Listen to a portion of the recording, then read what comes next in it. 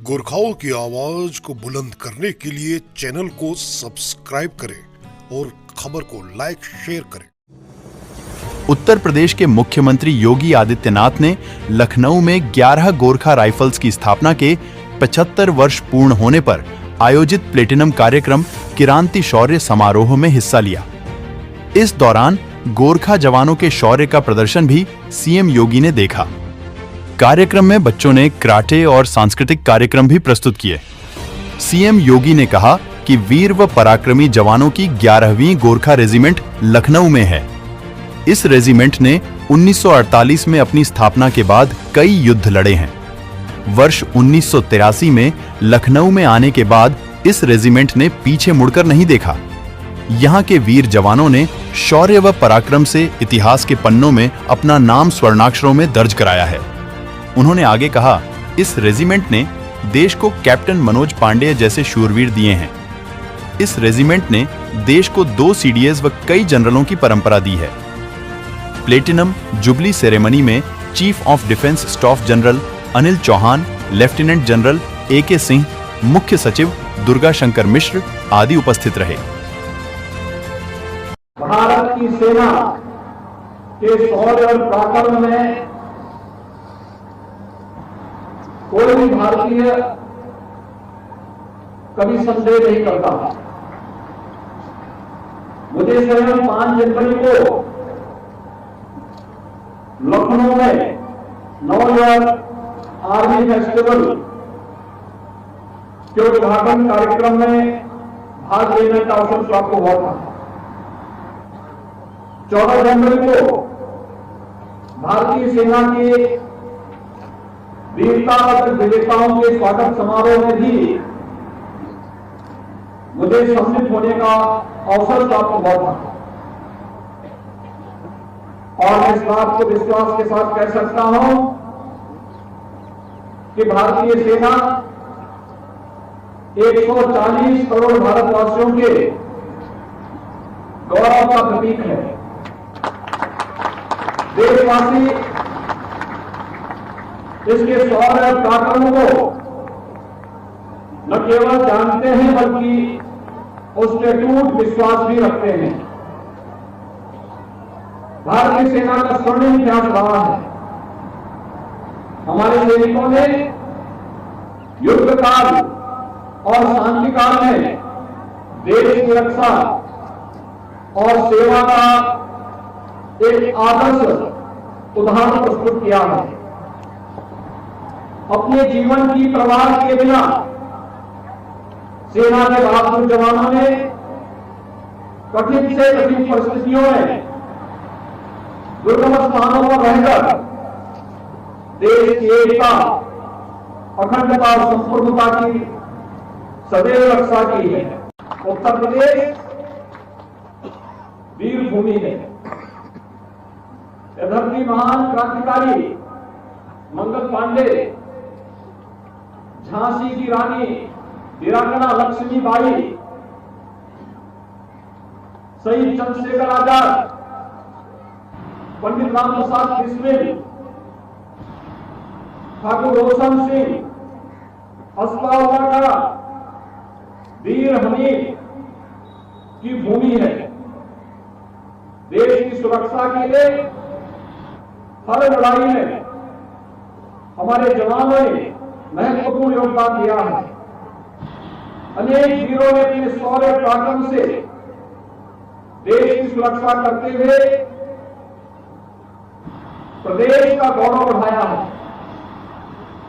अनुशासन, देशभक्ति और युद्ध कौशल गोरखा रेजिमेंट की पहचान है। गोरखाओं की शौर्य गाथा का उल्लेख सिर्फ भारत ही नहीं बल्कि विश्व के अनेक सेनाओं ने किया है। गोरखा अपनी बहादुरी का परिचय शब्दों से नहीं बल्कि सीमाओं पर तैनाती के दौरान अपनी वीरतापूर्ण कार्रवाई से देते हैं।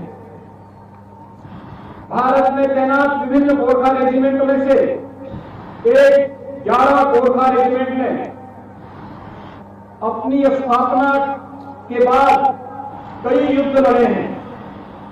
हम सभी के लिए अत्यंत गौरवपूर्ण है कि वीर और पराक्रमी जवानों की यह रेजिमेंट उत्तर प्रदेश की राजधानी लखनऊ में स्थित है। वर्ष 1983 में लखनऊ में आने के बाद इस रेजिमेंट ने कभी पीछे मुड़ करके नहीं देखा। इस रेजिमेंट के वीर जवानों ने अपने शौर्य पराक्रम से इतिहास के पन्नों में अपना नाम स्वर्ण अक्षरों में दर्ज कराया है। अपने इस अपेक्षाकृत छोटे कार्यकाल में इस रेजिमेंट ने देश को कैप्टन मनोज कुमार पांडे, सुबेदार गंजुकामा जैसे अनेक सूरवीर दिए हैं। साथ ही इस रेजिमेंट ने देश को 2 सीडीएस का कई जनरलों की भी एक परंपरा दी है। देश की सुरक्षा के लिए लड़े गए युद्ध में गोरखा रेजिमेंट के वीर सैनिकों का महत्वपूर्ण योगदान रहा है। देश का सर्वोच्च वीरता और सम्मान परमवीर चक्र 11 गोरखा रेजिमेंट के शहीद कैप्टन मनोज कुमार पांडे को प्रदान किया गया था। वे लखनऊ स्थित देश के प्रथम सैनिक स्कूल के छात्र रहे हैं। ये मेरा सौभाग्य है कि हमारी सरकार ने देश के इस पहले सैनिक स्कूल का नाम कैप्टन मनोज कुमार पांडे के नाम पर रखा है। इस रेजिमेंट ने युद्ध के मैदान के साथ साथ खेल के मैदान में भी अपना परचम लहराया है। इस रेजिमेंट ने पिस्टल की ज्यूटू राय जैसे बेहतरीन खिलाड़ी भी दिए हैं। शौर्य संधा 11 गोरखा रेजिमेंट के उन वीर सैनिकों के शौर्य का पराक्रम को याद करने का अवसर है जिन्होंने अपने सर्वोच्च बलिदान से मातृभूमि की रक्षा की तथा गोरखा रेजिमेंट का गौरव बढ़ाया है। यह दिन उन वीर गोरखा सैनिकों की पावन स्मृतियों को समर्पित है। प्रदेश सरकार सेवारत सैनिकों, सेवानिवृत्त सैनिकों तथा वीर नारियों के कल्याण के लिए पूरी प्रतिबद्धता के साथ कार्य कर रही है। देश की सीमाओं की रक्षा करने में अपने प्राणों की आहुति देने वाले सैनिकों के परिजनों को प्रदेश सरकार अपनी ओर से 50 लाख रुपए की अनुग्रह राशि और परिवार के एक सदस्य को सरकारी नौकरी की व्यवस्था भी करती है। राज्य सरकार जनपद गोरखपुर में प्रदेश के 5वें सैनिक स्कूल का निर्माण के कार्य को युद्ध स्तर पर आगे बढ़ा रही है। माननीय प्रधानमंत्री जी ने देश में 100 नए सैनिक स्कूल स्थापित करने का अभियान प्रारंभ किया है।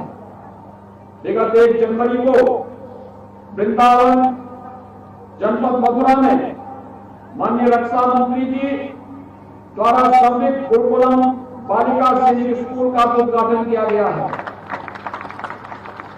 आज युवाओं के लिए सेना में शामिल होने के लिए कार्यक्रम आगे बढ़ रहे हैं। 21वीं सदी की चुनौतियों के अनुरूप वीर सपूतों के शिक्षण और प्रशिक्षण के लिए माननीय प्रधानमंत्री जी ने राष्ट्रीय रक्षा विश्वविद्यालय की स्थापना की है। राष्ट्रीय रक्षा विश्वविद्यालय अपना एक परिसर लखनऊ में प्रारंभ कर चुका है। अस्थायी भवन का निर्माण होने तक विश्वविद्यालय का अस्थायी कैंपस डॉक्टर शकुंतला मिश्रा राष्ट्रीय पुनर्वास विश्वविद्यालय में संचालित किया जा रहा है।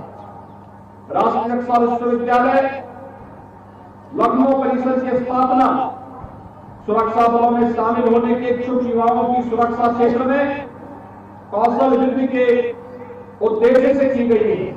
माननीय प्रधानमंत्री जी के नेतृत्व में आज भारत रक्षा उत्पादन के क्षेत्र में आत्मनिर्भरता के लक्ष्य को प्राप्त कर रही है। वर्ष 2018 में यूपी इन्वेस्टर समिट का शुभारंभ करते हुए माननीय प्रधानमंत्री जी ने उत्तर प्रदेश में डिफेंस इंडस्ट्रियल कॉरिडोर की स्थापना की घोषणा की थी। राज्य सरकार इस डिफेंस कॉरिडोर के निर्माण कार्य को तेजी के साथ आगे बढ़ा रही है। डिफेंस इंडस्ट्रियल कॉरिडोर के लखनऊ नोड में डीआरडीओ, ब्रह्मोस का झांसी नोड में भारत डायनेमिक्स लिमिटेड द्वारा दो महत्वपूर्ण परियोजनाएं स्थापित की जा रही हैं। मार्च 2019 में माननीय प्रधानमंत्री जी ने जनपद अमेठी में भारत और रूस के संयुक्त उपक्रम Indo Russian rifle private limited को राष्ट्र को समर्पित किया था। उत्तर प्रदेश में HAL ऑर्डिनेंस फैक्ट्रियां, भारत इलेक्ट्रॉनिक्स लिमिटेड आदि इकाइयां सेना की दृष्टि अत्यंत महत्वपूर्ण भूमिका का निर्वहन कर रही है। फरवरी 2020 में प्रदेश की राजधानी लखनऊ में डिफेंस एक्सपो 2020 का सफल आयोजन भी किया गया। इस अवसर पर डिफेंस कॉरिडोर में निवेश हुए हजारों करोड़ रुपए के प्रस्ताव उत्तर प्रदेश शासन को प्राप्त हुए हैं। डिफेंस कॉरिडोर जहां एक और रक्षा उत्पादन के क्षेत्र में माननीय प्रधानमंत्री जी के मेक इन इंडिया संकल्पना को साकार करने में महत्वपूर्ण योगदान देगा, वहीं दूसरी ओर प्रदेश के युवाओं को व्यापक स्तर पर रोजगार के अवसर भी सुलभ कराएगा।